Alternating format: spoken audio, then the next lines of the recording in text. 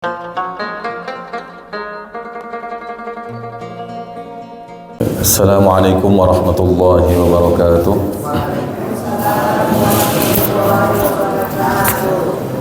Innal hamdalillah nahmaduhu wa nasta'inuhu wa nastaghfiruh wa na'udzu billahi min shururi anfusina wa min sayyiati a'malina.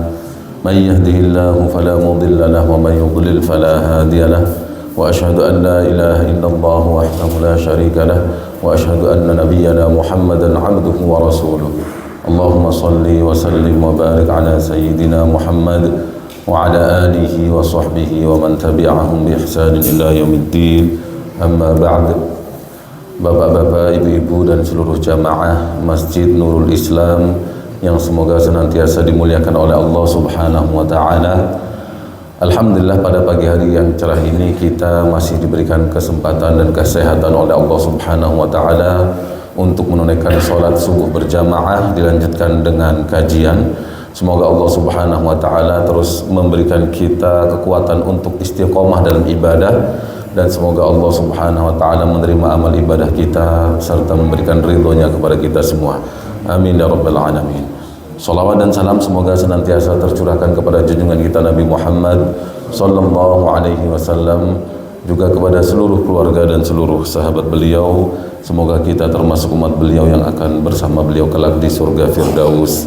Amin ya rabbal alamin. Bapak-bapak, ibu-ibu dan seluruh jamaah yang dimuliakan oleh Allah Subhanahu wa taala, langsung saja ya, dalam kesempatan kali ini saya akan mengulas sebuah hadis Nabi Muhammad sallallahu alaihi wasallam yang diriwayatkan dari seorang sahabat Al-Harith bin Asim Al-Asy'ari atau kunyahnya Abu Malik. Jadi ada sahabat yang bernama Al-Harith bin Asim Al-Asy'ari radhiyallahu anhu. Ini seorang sahabat mulia, dan beliau ini kisah meninggalnya di peristiwa atau wabah taun dulu di zaman Umar bin Khattab radhiyallahu anhu ketika menjadi khalifah tahun 18 setelah hijrah. Jadi wafat Nabi tahun berapa? 11 Hijriah. Nabi Muhammad SAW wafat tahun 11 Hijriah. Kemudian 7 tahun berikutnya yang menjadi khalifah adalah Umar bin Khattab radhiyallahu anhu. Nah, ketika Umar bin Khattab radhiyallahu anhu menjadi khalifah, beliau mengutus pasukan kaum muslimin yang isinya sejumlah sahabat dan tabi'in, ulama atau tokoh-tokoh mulia ke kawasan Palestina. Ada Amwas di sana. Nah, karena ada pasukan dari Romawi ingin menyerang kawasan muslim. Maka beliau mengutus orang-orang muslim untuk berangkat ke sana menghadang. Nah, ketika berada di Amwas ini terjadi namanya wabah taun. Wabah taun itu wabah yang mengerikan ya. Ada yang menerjemahkan dengan penyakit pes atau apa begitu. Nah, tapi kalau orang kena itu biasanya langsung menghitam, keluar darah dari mulut dan sebagainya.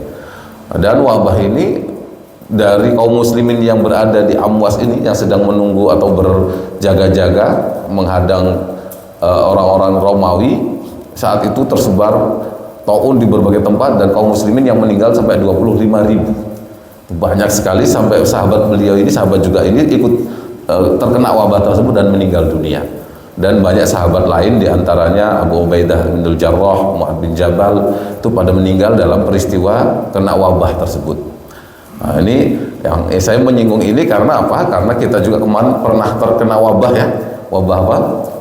Covid, dan di dalamnya yang meninggal bukan orang sedikit, tapi di situ ada tokoh, ada ulama, ada ustadz dan sebagainya gitu ya. Nah, tapi suatu ketika saya pernah mendengar ceramah seorang ustadz di potongan video mengatakan bahwa kalau kita ini ahli ibadah, kita rajin ibadah dan sebagainya, kita nggak akan kena wabah itu. Nah, ini nggak mesti begitu ya. Jadi ya bukan berarti saya mengendori orang untuk tidak rajin ibadah, tidak. Jadi namanya penyakit wabah itu bisa kena siapa saja, baik orang yang rajin ibadah, yang sedang nggak rajin-rajin banget, atau yang tidak pernah ibadah pun bisa kena semua. Nah, tinggal nanti dia terkena wabahnya, meninggalnya itu dalam kondisi baik atau buruk, kan gitu ya. Namanya meninggal itu asal dia tidak sedang melakukan maksiat, nah itu bisa, kita tidak bisa mengatakan dia meninggal buruk. Ada orang naik kendaraan kecelakaan misalnya, ada seorang kiai dan sebagainya, ya, kita nggak bisa mengatakan bahwa dia meninggalnya dalam kondisi buruk, kan nggak bisa. Atau ada orang kebakaran, ada orang meninggal di dalamnya, orang tenggelam, orang ketimpa bangunan. Nah, Kondisi-kondisi meninggal seperti ini tidak bisa membuat kita mengatakan oh dia meninggalnya dalam kondisi buruk, enggak. Yang kondisi buruk ya orang yang sedang benar-benar maksiat. Misalnya ada orang minum minuman keras, overdosis meninggal, udah dia kondisi apa? Buruk, suul khotimah di situ. Ada orang sedang mencuri barang orang dan sebagainya, kecemplung sumur mati misalnya gitu. Jadi kondisi-kondisi orang meninggal itu bermacam-macam dan itu tidak menjadi otomatis tanda-tanda pasti dia buruk kecuali memang sedang maksiat, kan itu. Kecuali sedang maksiat. Nah, memang ada orang sedang sujud meninggal, nah, ini bagus insyaallah. Orang sedang sholat meninggal dan sebagainya. Tapi ketika tadi ada orang sedang naik kendaraan kecelakaan meninggal, nah ini tidak bisa kita mengatakan dia meninggalnya dalam kondisi apa? Su'ul khotimah. Ya. Yang su'ul khotimah itu yang bagaimana ya? Kalau meninggal sedang maksiat, itu udah kelihatan di situ. Tetapi tetap saja ketika ada orang meninggal seperti itu, kita ya mengurusnya sebagai seorang muslim kalau dia seorang muslim. Ya. Nah, jadi ini sahabat Al-Harith bin Asim meninggal ketika terkena wabah itu. Termasuk sejumlah sahabat lainnya dan sejumlah tokoh lainnya itu meninggal dalam wabah tersebut. Ini mengingatkan kita kemarin ya, karena ada sejumlah ulama, sejumlah tokoh, sejumlah ustadz, kiai meninggal dalam wabah tersebut. Nah, kita tidak bisa mengatakan bahwa berarti mereka ibadahnya kurang, enggak. Nah, tetap ya mereka seperti manusia biasa, kena penyakit, meninggal dan sebagainya. Dan semoga mereka dalam kondisi baik yang meninggal semuanya. Baik, at-tuhuru, kemudian dia berkata bahwa qala Rasulullah sallallahu alaihi wasallam, sahabat tadi meriwayatkan dari Rasulullah sallallahu alaihi wasallam sebuah hadis, at-tuhuru syatrul iman.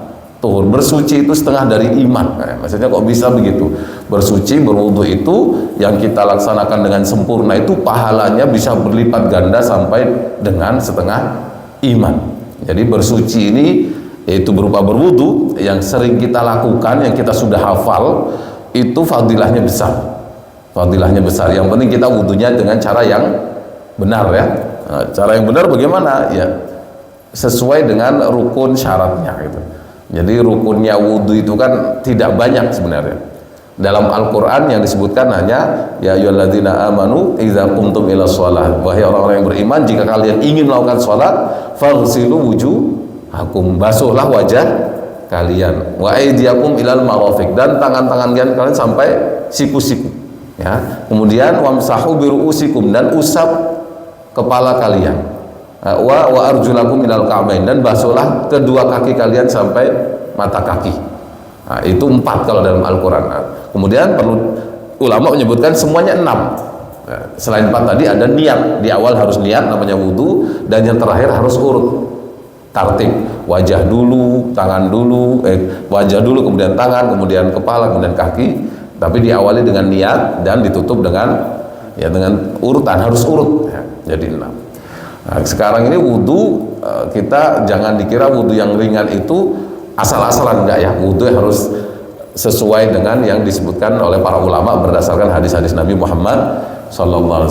Jadi karena saya pernah lihat seorang perempuan kan pakai jilbab, akhirnya wudunya dia wajahnya nggak dibasuh, agak sulit, makanya digini-gini aja.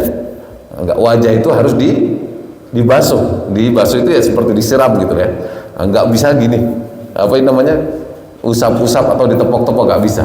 Itu harus dibasuh. Nah, kemudian sunnah-sunnah wudu sebelum kita membasuh wajah, nah, kita ada kumur-kumur, ada yang membersihkan hidung, nah, kemudian sikatan gigi bisa gitu ya, mencuci tangan dulu. Nah, kemudian pernah juga ada orang wudu, saya lihat ininya kurang, sininya nggak kering, nggak basah, masih kering di bagian mana? Siku-siku. Kadang-kadang di ujung kaki belakang. Nah, ini wudunya belum sempurna. Jadi kalau dipakai untuk sholat belum sah. Nah, cuman ketika ada yang dibilangin, biasanya ketika diberitahu, Pak, itu tadi sininya belum basah, sikunya. Nah, dia udah sholat terus dia bilang, nah nggak apa-apa, yang penting saya kan ikhlas. Nah, ini nggak pas juga. Nah, jadi dalam ibadah itu ikhlas iya harus, dan caranya juga harus benar. Nah, jadi bukan hanya ikhlas saja. Ikhlas harus dalam ibadah itu, kalau nggak ada ikhlas ya sia-sia nanti. Tetapi selain ikhlas juga caranya harus benar. Misalnya sholat duhur yang 4 rakaat, menghadap kiblat, badan harus suci dan sebagainya, itu kan sudah di luar ikhlas, itu tata caranya harus benar. Seperti wudhu tadi, kalau kita ingin pahalanya wudhu sempurna, bisa menggugurkan dosa-dosa kita, yaitu rukun syaratnya harus pas dan harus benar. Misalnya wajah itu batasnya dari awal tumbuh rambut pada umumnya orang, di wajah sini sampai sini. Jadi terus pinggirnya depan telinga ke telinga. Jadi nggak cukup begini saja, sini nggak kena, nggak harus kena semua. Dan tangan juga siku harus basah. Nah, jadi ketika ada orang tadi dibilangin atau diberitahu, dia hanya menjawab, udahlah yang penting kan saya ikhlas sih, nggak. Nah, itu nggak pas. Karena apa? Dalam ibadah, yaitu tadi minimal 2 harus kita jaga. Pertama ikhlas, yang kedua sesuai dengan tata cara yang benar yang diajarkan para ulama berdasarkan Al-Quran dan Sunnah. Nah, ikhlas ini mungkin pernah kita bahas kalau nggak salah di sini ya. Ikhlas itu kalau paling tidak dalam 3 kondisi. Sebelum beramal kita ikhlas, ya misalnya sholat. Sebelum sholat ya kita harus niat lillahi ta'ala, apa namanya, usolli fardhu subhi dan sebagainya, dan kita niatnya ikhlas dalam hati. Kemudian di tengah-tengah ibadah, ketika sholat, ketika puasa, ketika di tengah-tengahnya juga kita harus ikhlas, menjaga keikhlasan tersebut. Pernah saya lupa di sini pernah diceritakan atau belum. Jadi Rasulullah pernah mendengar sahabat berdialog, ngobrol tentang Dajjal. Jadi beliau di rumah, tapi di masjid ada 2 orang sahabat berdialog tentang antar mereka ngobrol tentang Dajjal. Lalu Rasulullah keluar dan menyampaikan, ada satu hal yang lebih saya takutkan terhadap kalian melebihi Dajjal. Nah, itu apa? Ya, Rasulullah, yang lebih saya takutkan adalah asyirkul khafi, syirik yang samar. Nah, syirik yang samar itu apa? Ya intinya riya. Nah, tapi dalam hadis itu beliau mencontohkan begini, syirik yang samar itu adalah ada orang sholat, ya aku menyusul, sholat sudah benar niatnya, tapi di tengah-tengah dia yuzayyinu sholatah, memperindah sholatnya, lima yara min nadhari rajulin, karena merasa ada yang memperhatikan, GR dia.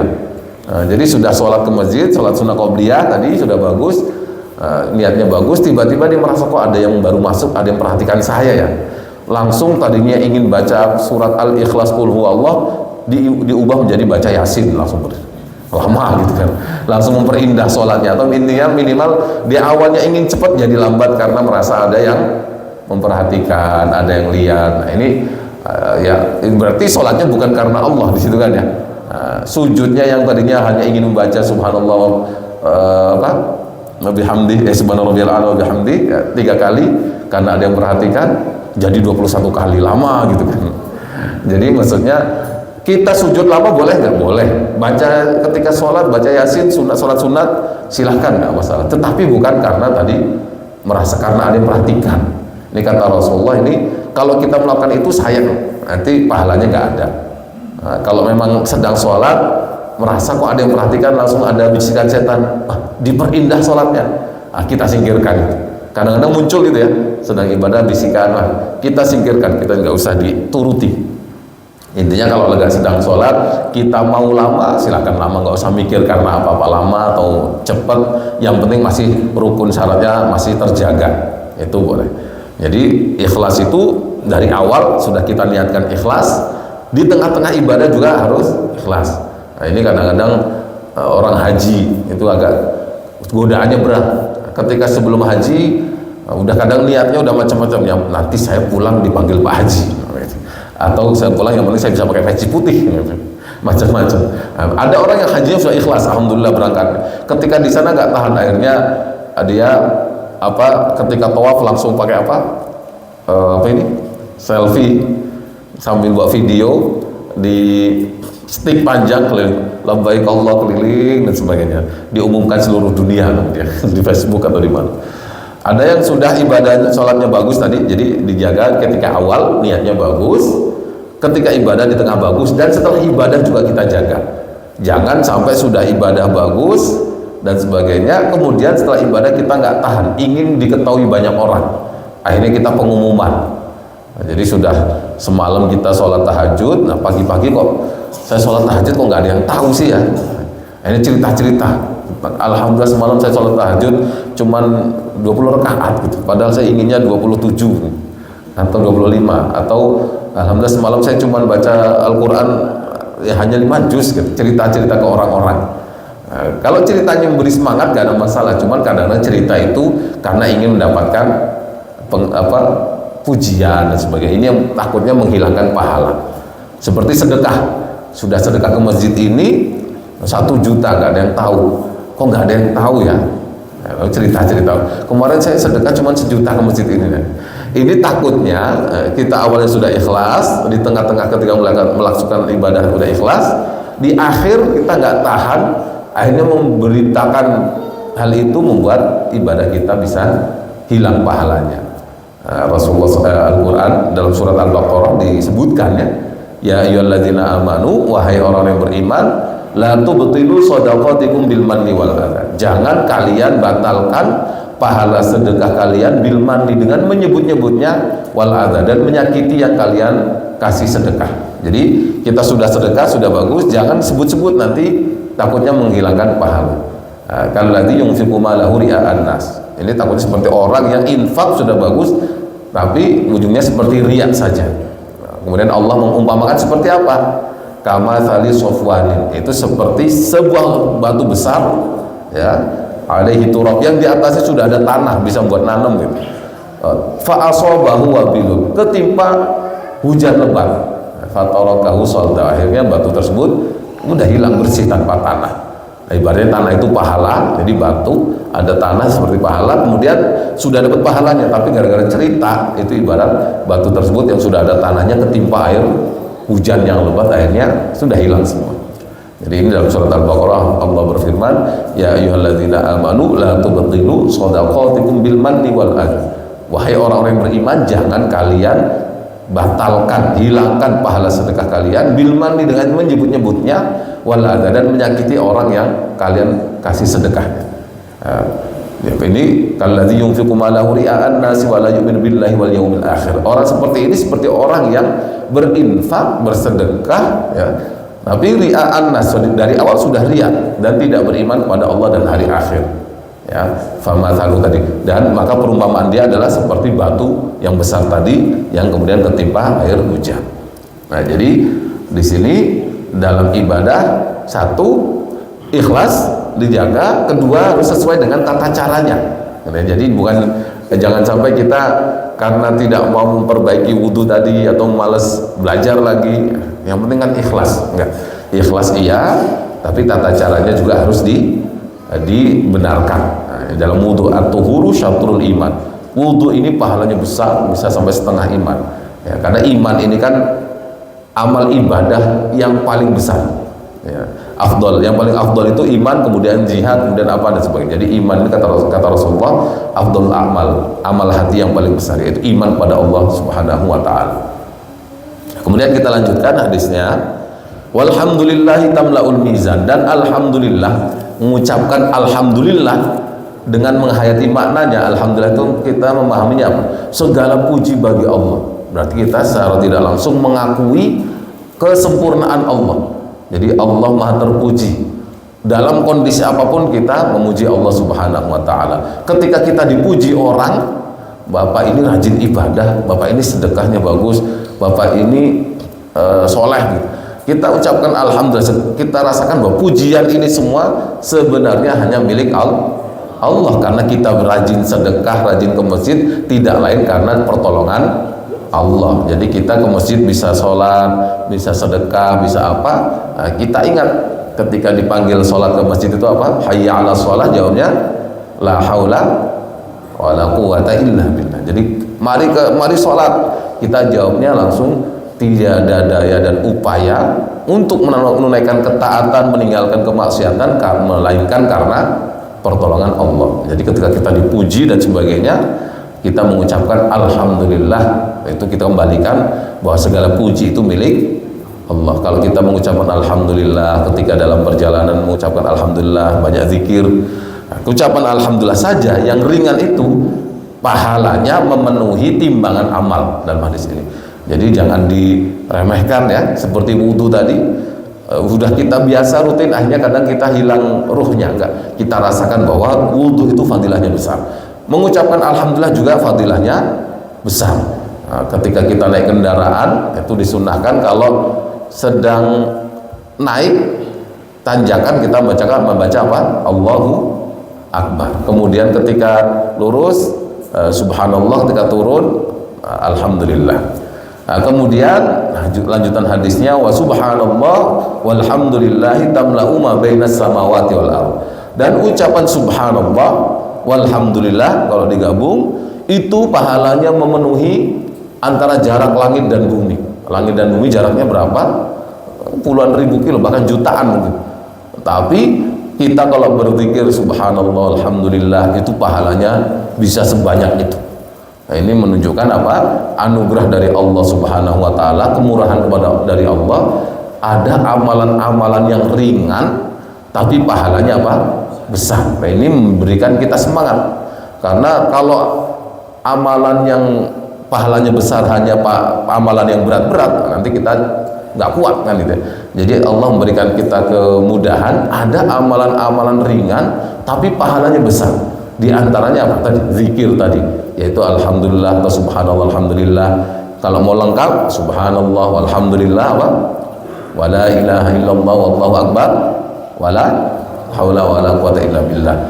Nah, ini 5 bacaan ini subhanallah alhamdulillah wala ilaha illallah wallahu akbar wala haula wala quwata illa billahil azim ini kalau dalam surat Al-Kahfi disebut dengan apa?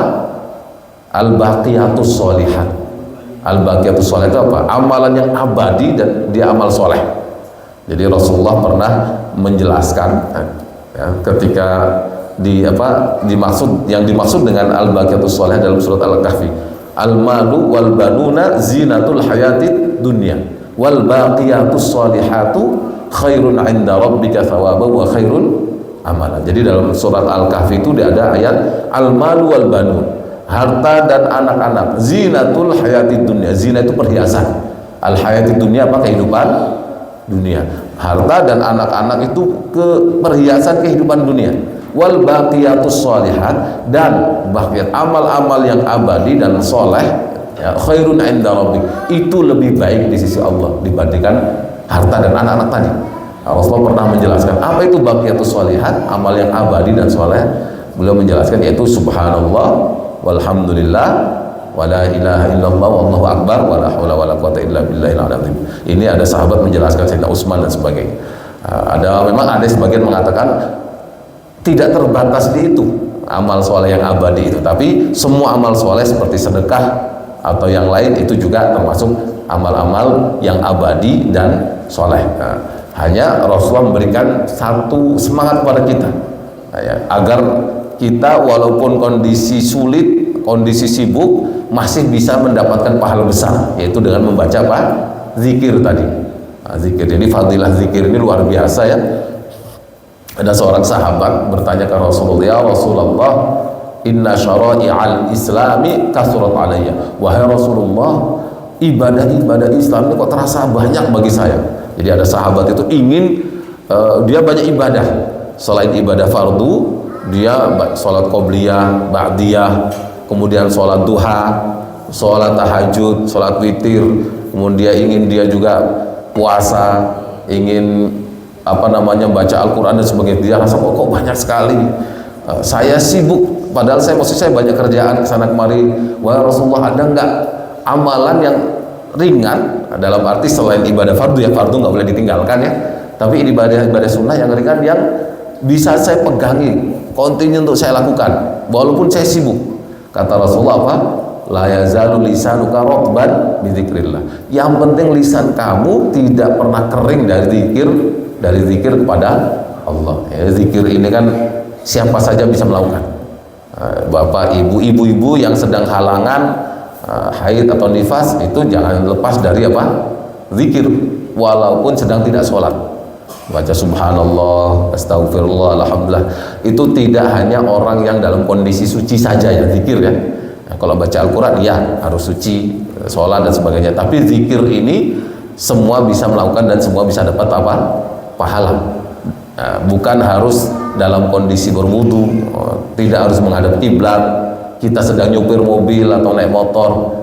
Kalau kami dulu di Mesir sering ya, di halte-halte nunggu bis itu biasanya ditulis, jadikan waktu menunggumu untuk istighfar dalam bahasa Arab. Ij'al awqatan tidharika lil istighfar, atau jadikan waktu menunggumu untuk mengucapkan subhanallah, alhamdulillah. Jadi ada tempelan-tempelan di halte. Nah, kadang kita mau ngalamun lihat itu langsung ingat. Nah, jadi zikir ini amalan ibadah yang ringan, bisa kita lakukan di mana saja kecuali di tempat-tempat yang tidak pantas. Misal kita sedang buang air kecil, buang air besar, ya nggak usah zikir, itu terlalu rajin namanya. Nah, nggak bagus ya. Rasulullah tuh zikir terus, kecuali sedang buang air besar, buang air kecil itu jangan. Ya, ada orang terlalu rajin di kamar mandi, ada yang nanya, Ustadz apa hukumnya zikir di kamar mandi gitu, atau di WC, padahal dia di luar WC jarang zikir. Pas nanya tentang di kamar mandi, saya bilang kamu aja zikir di luar jarang, pakai nanya aja apa zikir ketika di WC. Jadi zikir ini kapan saja, di mana saja, kecuali di tempat-tempat tidak pantas tadi ya. Di dalam kamar mandi, dalam WC itu stop dulu. Nah, tapi di luar itu kita zikir. Jadi dalam Al-Quran ya, dalam surat Ali Imran, Allah memuji orang yang disebut ulul albab, pemilik hati yang luar biasa, yang bersih, yang bertakwa kepada Allah. Itu alladzina yadhkurunallaha qiyaman wa qu'udan wa 'ala junubihim, yaitu orang-orang yang terus zikir, ingat kepada Allah qiyaman, dalam kondisi berdiri, wa qu'udan, dan ketika duduk, wa 'ala junubihim, dan ketika tiduran miring. Jadi maksudnya apa? Dia dalam kondisi apa saja zikir. Nah, ini ya zikir tidak harus panjang, apa yang semampu kita. Kalau bisa diistiqomai. Zikir ini berapa sehari, ini berapa, dalam kondisi-kondisi yang kita mampu. Ya tentu mana zikir ini bisa luas ya. Bisa mengucapkan subhanallah, alhamdulillah. Salat juga termasuk zikir. Nah, dalam Al-Qur'an, wa aqimis sholata li dzikri. Dirikanlah salat untuk ingat aku, untuk berzikir kepadaku. Nah, kemudian khutbah itu juga zikir.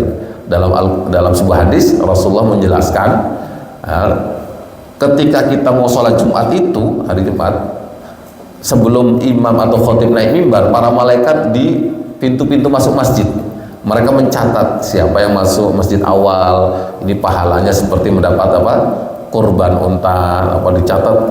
Tapi ketika khotib sudah naik mimbar, maka malaikat menutup buku catatan. Karena apa? Yastami'una dzikra. Karena mereka juga ingin mendengar zikir. Mendengar apa? Zikir khutbah. Ya, khutbah itu kan zikir, mengingatkan kita kepada Allah. Jadi khutbah itu termasuk sebut zikir juga, dalam arti kita mendengar khotib mengingatkan kita kepada Allah. Ya, karena zikir intinya apa? Ingat kepada Allah. Zikir itu kan ingat kepada Allah dengan mengucapkan subhanallah sambil merasakan ingat Allah dan sebagainya.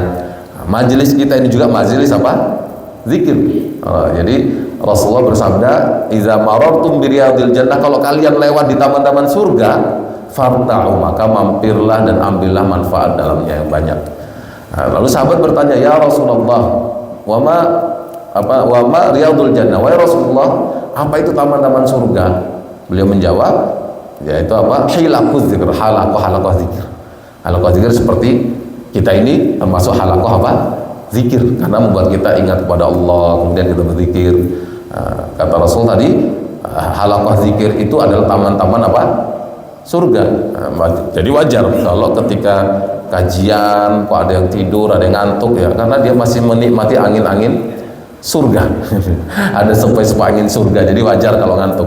Maka di Indonesia itu kalau lagi khutbah itu banyak yang tidur ya. Bisa jadi karena dia menghayati betul bahwa dia di taman surga.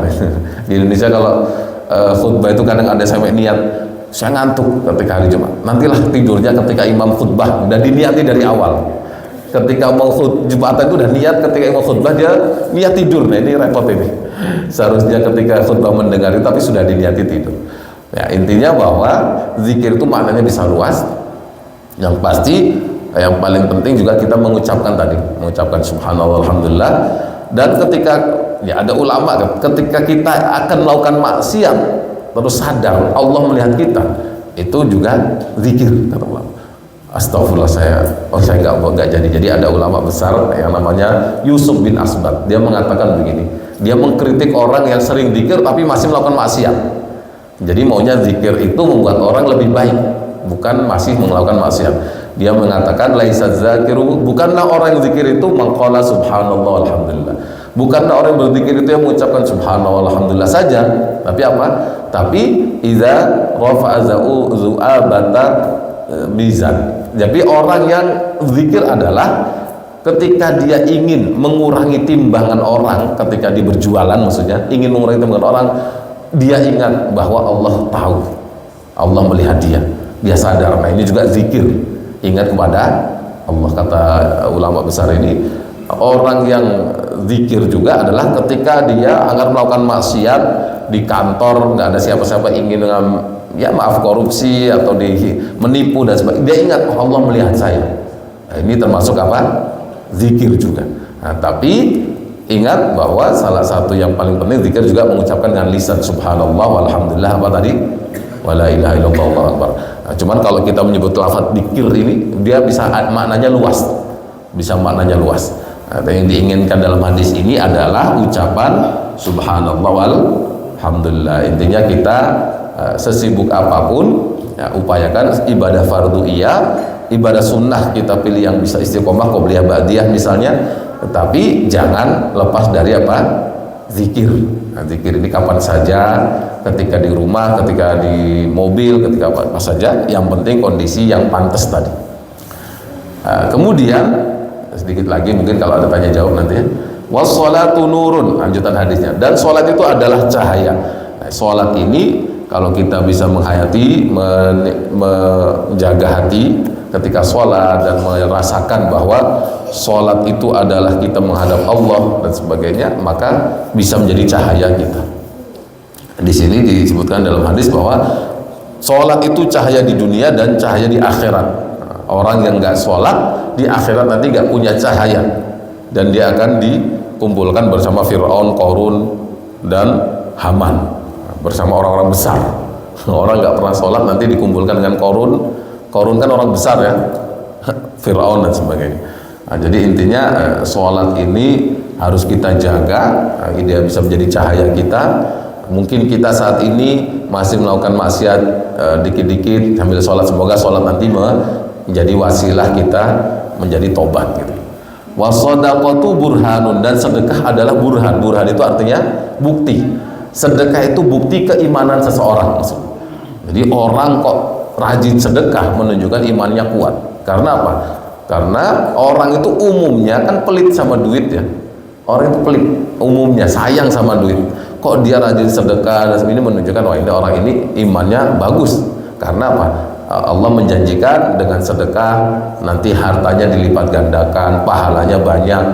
Nah, kemudian dia juga kuburnya nanti terang dan sebagainya. Berarti iman, ada iman kepada janji-janji Allah tersebut. Dalam Al-Quran pun disebutkan, innal insana khuliqa halu'a. Sesungguhnya manusia itu diciptakan dalam kondisi mudah berkeluh kesah dan kikir. Mudah berkeluh kesah dan kikir. Ini sifat dasar orang kita. Manusia pada umumnya diciptakan dalam kondisi mudah berkeluh kesah dan kikir. Idza massahu syarru jazua. Kalau kena keburukan, kena musibah, dia langsung berkeluh kesah. Wa idza massahul khairu manua. Tapi ketika mendapatkan kebaikan, dapatkan rezeki, langsung dia menjadi orang pelit, sayang. Illal musallin, kecuali orang yang sholat, yang sholatnya benar dan sebagainya. Nah, sholatnya baik ini seharusnya menjadi orang yang rajin sedekah. Kalau nggak punya duit mau sedekah ya minimal senyum lah ya. Tabassumuka fi wajhi akhika shadaqah. Senyummu kepada saudaramu adalah sedekah. Atau minimal kalau nggak punya duit ingin mendapatkan pahala sedekah, ketika pulang dari rumah kok ada batu di jalan ganggu orang lewat, kita singkirkan, itu sudah mendapatkan pahala sedekah juga. Nah, jadi kalau bisa sedekah dengan mengeluarkan duit, bantu orang miskin, bantu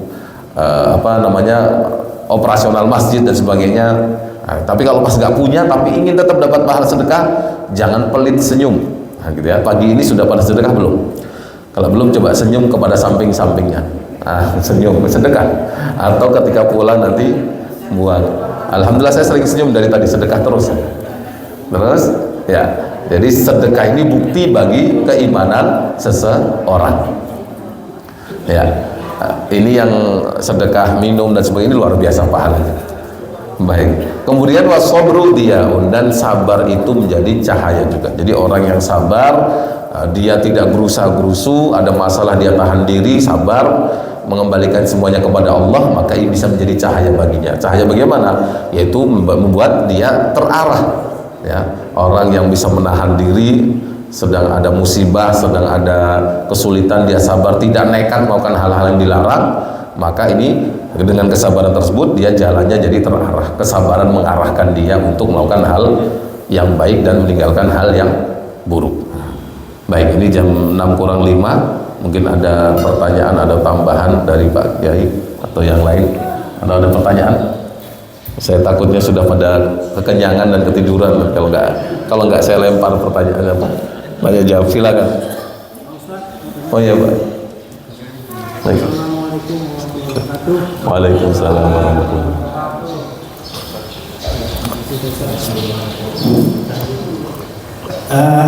Saya berikan apresiasi kepada Pak Ustadz, di mana saya selalu mengikuti Pak Ustadz baik di Masjid Al-Duha ataupun di Masjid Al-Hikmah. Oh iya. Yang saya senangin Ustadz selalu menyampaikan hadis dengan referensi yang memberikan sanadnya atau yang meriwayatkannya. Di sini saya mau tanyakan Pak Ustadz masalah kesempurnaan pada suatu sholat ya. Tidaklah sempurna sholat kita kalau wudhu kita tidak sempurna.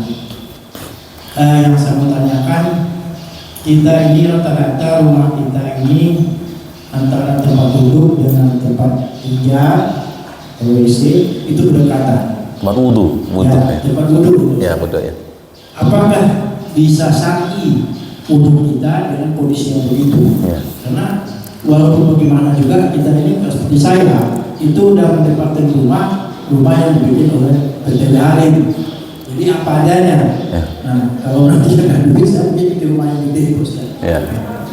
Yang saya katakan apakah sempurna gitu Ustaz? Ya. Kita dalam keadaan yang begitu. Ya. Terima kasih Ustaz. Assalamualaikum warahmatullahi wabarakatuh. Waalaikumsalam warahmatullahi wabarakatuh. Ya, di tempat kita umumnya ya, ini tempat buang air besar dan kecil, sampingnya untuk wudhu gitu ya. Nah, itu bisa sempurna, tidak masalah. Tidak sempurna. Karena begini, dulu zaman Nabi Muhammad SAW, zaman sahabat, orang kalau buang air besar, buang air kecil itu tidak seperti sekarang. Kan sekarang kebuang kemana? Saluran ke sana. Jadi situ nggak tersisa kotoran. Nah, kalau dulu di situ juga buang air besar, dan ya kayak dulu masih kecil saya masih ada, maaf WC cemplung ya namanya. Jadi BAB di situ dan ngumpul di bawah kan gitu ya. Nah, di situ tuh nggak boleh kita zikir apa, karena kotoran di situ tempatnya najis. Nah, tapi kalau sekarang kita buang air besar, kotorannya kita siram, suci lagi bersih, dia kemana? Kemana itulah ya. Nggak tahu kemana, saya nggak ngikutin masalah. Tapi nggak di situ lagi. Jadi tempatnya sudah bagus. Jadi wudhu di sini itu tetap syar'i, yang penting lengkap rukun syaratnya dan tidak ada najis yang ke kita gitu ya. Jadi masih bisa, masih yang dimasalahkan itu tadi kita, jadi dulu itu nyebutnya khola, tempat khola itu baros itu tempat buang air besar zaman Nabi Muhammad SAW. Memang zaman sahabat memang BAB di situ, yang itunya kotor ngumpul di situ. Itu tidak dianjurkan wudhu di situ karena takutnya nyiprat dan sebagainya. Tapi dia pindah ke tempat lain, nah wudhu di sana. Dan kalau sekarang kan beda kita ya, BAB di sini kita siram bersih, kemana pergi, tempatnya suci lagi. Yang penting sini jangan banyak najis ya, kita bersihkan dan wudhu di situ sempurna. Nah, yang penting kita tadi rukun syaratnya lengkap dan sebagainya. Jadi tidak masalah, tidak mengganggu kesempurnaan wudhu, ya Pak. Ya sama-sama. Baik.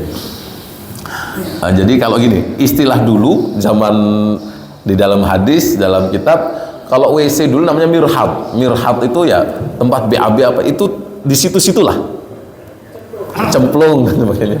Jadi Rasulullah SAW, Sayyidah Aisyah pada dalam hadis-hadis itu kalau mau buang air besar keluar jauh karena dan buang di situ, kemudian ditinggalkan ya, karena memang tidak ada saluran.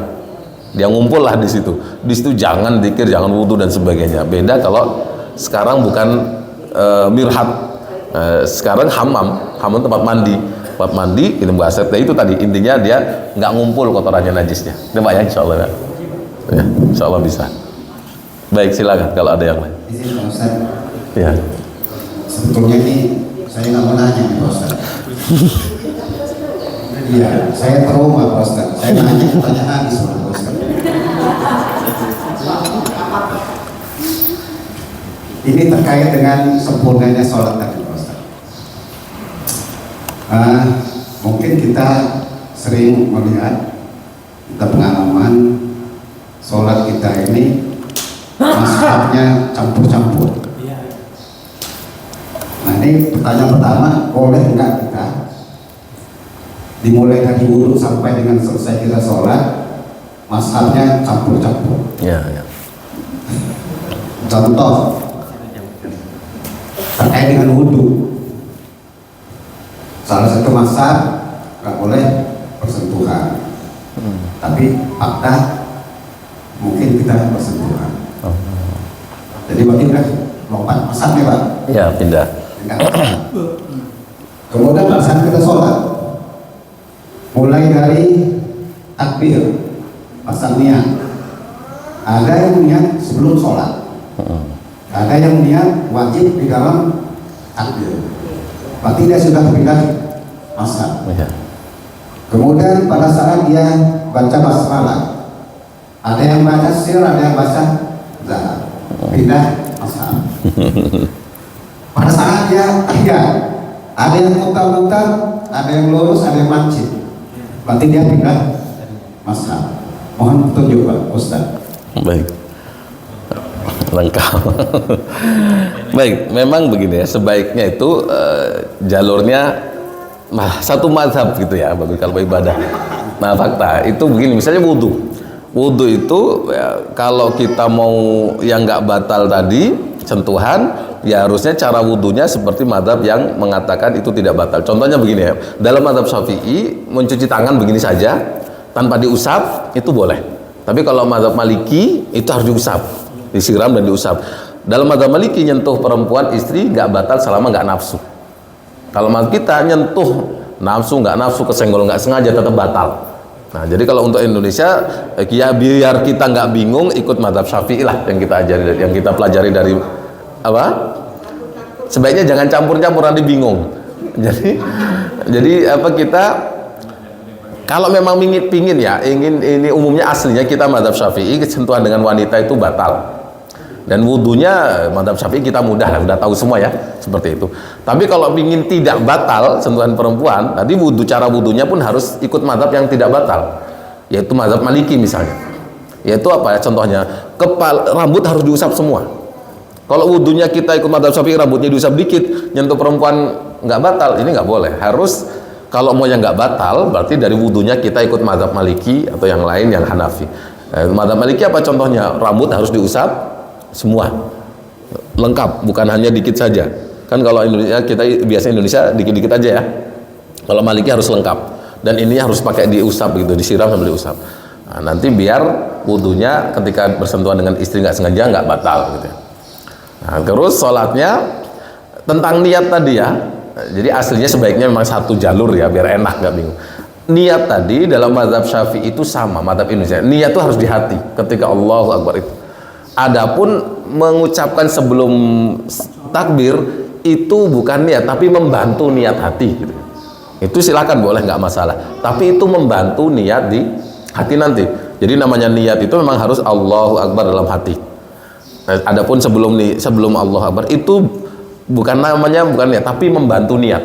Nah, jadi tidak boleh orang niatnya sebelum Allahu Akbar, pas Allahu Akbar malah nggak niat, nggak. Niatnya itu tapi untuk mengucapkan usolli fardhu zuhri sebelum Allahu Akbar dipakai boleh, silakan. Dalam mazhab Syafi'i pun boleh, nggak pakai itu pun boleh gitu. Nah, karena niat utamanya adalah dalam hati ketika Allahu Akbar. Jadi intinya kalau ada orang kok pas nggak usolli sebelum Allahu Akbar tetap sah dalam mazhab Syafi'i. Yang penting ketika Allahu Akbar dia niat dalam hati, kan gitu ya. Gitu Pak ya, insyaallah ya. Gimana?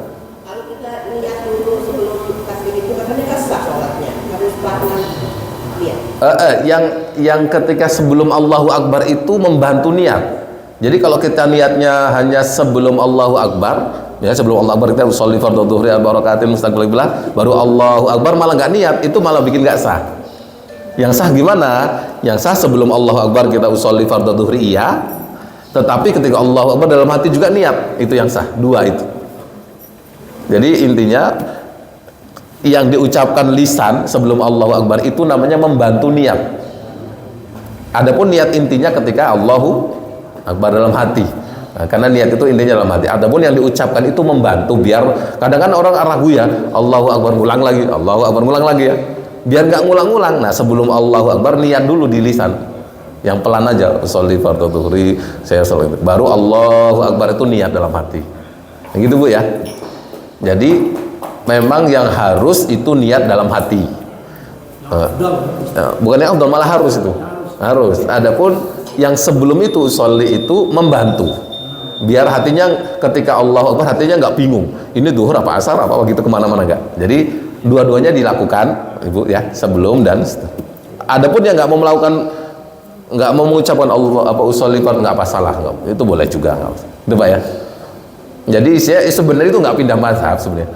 Dalam mazhab Syafi'i pun sama, nggak mengucapkan usolli fardhu dhuhri itu boleh, nggak apa-apa. Yang penting ketika Allahu Akbar niat dalam hati. Kemudian juga ketika baca Al-Fatihah, ketika dia langsung alhamdulillahirabbil alamin. Nah, tapi dia masih membaca bismillah dengan sir, itu tetap sah masa. Yang nggak sah itu kalau nggak baca bismillah sama sekali. Jadi ada imam misalnya langsung alhamdulillahirabbil alamin, ini bisa bikin nggak sah karena satu ayat hilang kan gitu ya. Kan bismillah itu satu ayat dalam Fatihah. Tapi kalau dia masih baca bismillahirrahmanirrahim, alhamdulillah, bismillahnya pelan, itu tetap sah. Nah, ya. Jadi intinya itu belum pindah mazhab. Intinya dalam mazhab Syafi'i pun berlaku juga tadi, nggak baca usolli sebelum ya, dia nggak baca bismillah dengan keras, yang penting masih baca bismillah walaupun pelan, itu tetap sah juga, nggak ada masalah. Yang masalah tadi wudhu tadi, paling kita wudhunya seperti mazhab Syafi'i tapi sentuhan dengan istri ke masjid biar mesra, gandengan, pegangan, itu bikin batal. Jadi sebaiknya ke masjid pegang ujung apa mukena aja lah gitu.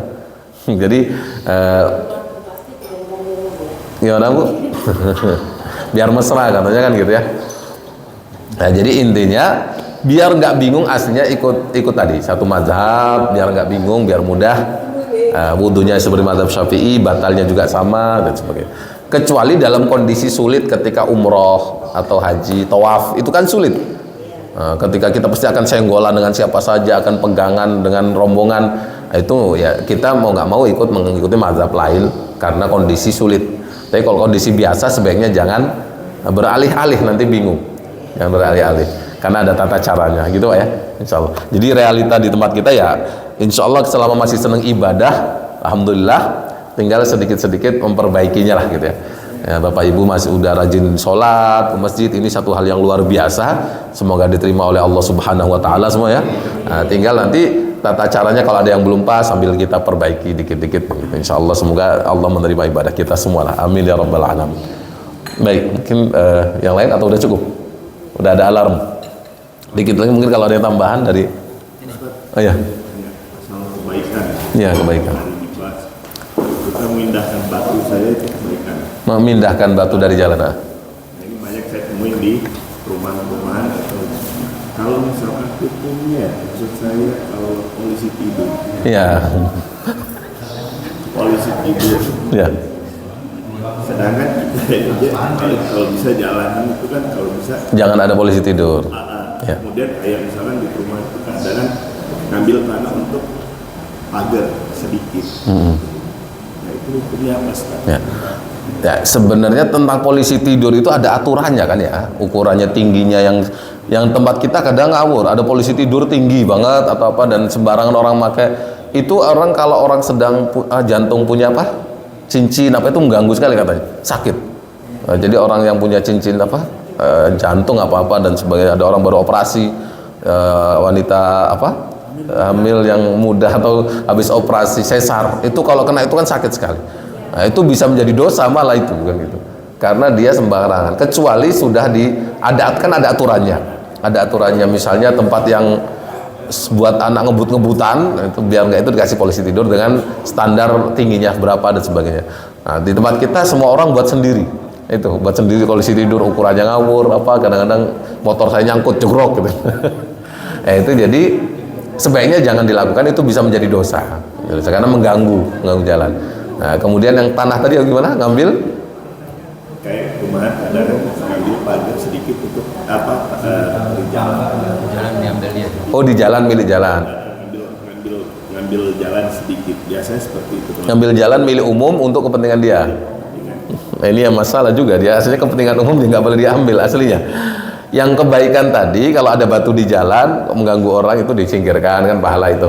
Atau ada kayu, ada apa kata Rasulullah bahkan mencontohkan dulu, bainama rajulun yamshi bi tariqin, ada seorang laki-laki dalam Sahih Bukhari itu, dia melewati sebuah jalan, fawajada husna syaukin ala tariq, dia menemukan ranting berduri di tengah jalan, mengganggu orang lewat.